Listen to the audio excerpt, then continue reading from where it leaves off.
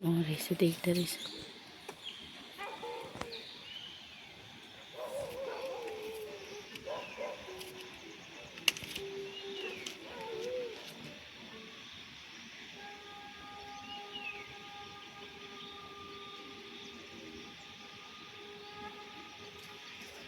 डाँडातिर जानु मन लाग्छ मलाई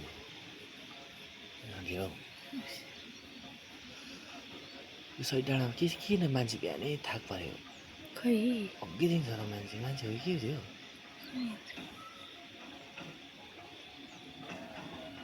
लुगा सुकाएको के थियो गाडीतिर लिएर मान्छे हो